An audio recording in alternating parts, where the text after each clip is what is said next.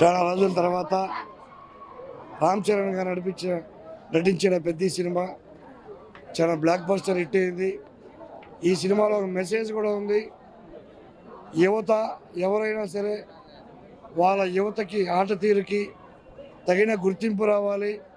వాళ్ళు ఉన్నటువంటి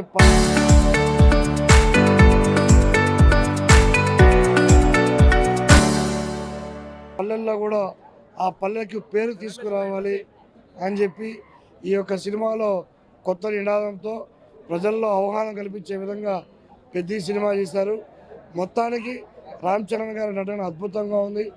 ఇంతటి ఘనవిజయం సినిమా ఇచ్చిన బుచ్చిబాబు గారికి, సినిమా టెక్నీషియన్స్కి, ప్రతి ఒక్కరికి కూడా పేరు పేరున ధన్యవాదాలు తెలియజేస్తూ రామ్ చరణ్ గారు బ్లాక్ బస్టర్ కొట్టారు. సినిమా చాలా బాగుందండి. దేశం యొక్క వెన్నుమొక్క ఎలాగైతే ఫార్మరు ఆర్మీని చెప్తామో అలాగే క్రీడాకారుడు కూడా దేశం యొక్క వెన్నుమొక్కని చూపడం, క్రీడలు ఎంత ముఖ్యమైనది, బ్యాక్వర్డ్ ఊర్లకి ఒక రైల్వే స్టేషన్ లేకపోవడం అనేది మెయిన్ ప్లాట్గా తీసుకునేసి చాలా పాత్రల్ని, చాలా అంశాలని తీసుకొని చాలా గొప్పగా తీసిన సినిమా. ఈ నేటి తరానికి ప్రతి ఒక్కరు చూడవలసింది, ఏ వర్గమైనా ఆదరించగలిగే సినిమా. ఈ సినిమా బ్లాక్ బస్టర్ పెద్ద. ఒకప్పుడు 2005లో ఆధార్ కార్డులు స్టార్ట్ అయినాయి. దాని తర్వాత ఏం లేదు. ఆధార్ కార్డుల వల్ల మనిషి గుర్తింపు లేకుండా, ఒక మనిషి గుర్తింపు లేకుండా ఉండే కార్డుల గురించి సినిమా ఎక్సలెంట్. ఫైట్స్ కావాలా? ఫైట్స్ ఉన్నాయి. పెద్ద క్రికెట్లో ఇండియా కావాల్సింది క్రికెట్లో మనకి ఏం కావాలా? మనకి ఇన్స్పిరేషన్ కావాలా?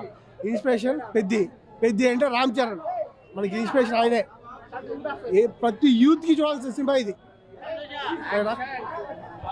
చాలా అద్భుతంగా ఉంటుంది movie. Second half emotion scenes వస్తాయి, ఏడిపిస్తాడు. కుర్చీలో కూర్చుని ఏడిపిస్తాడు. సెకండ్ హాఫ్ ఎమోషన్ సీన్స్ ఉంటాయి.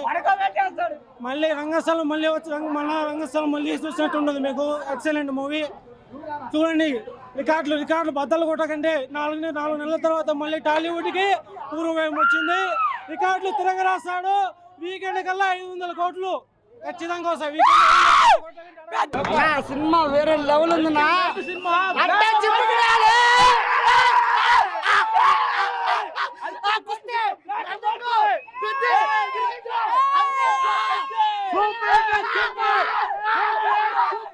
వెయ్యి కోట్లు మెంటల్ ఎక్కిపోయింది మూవీ.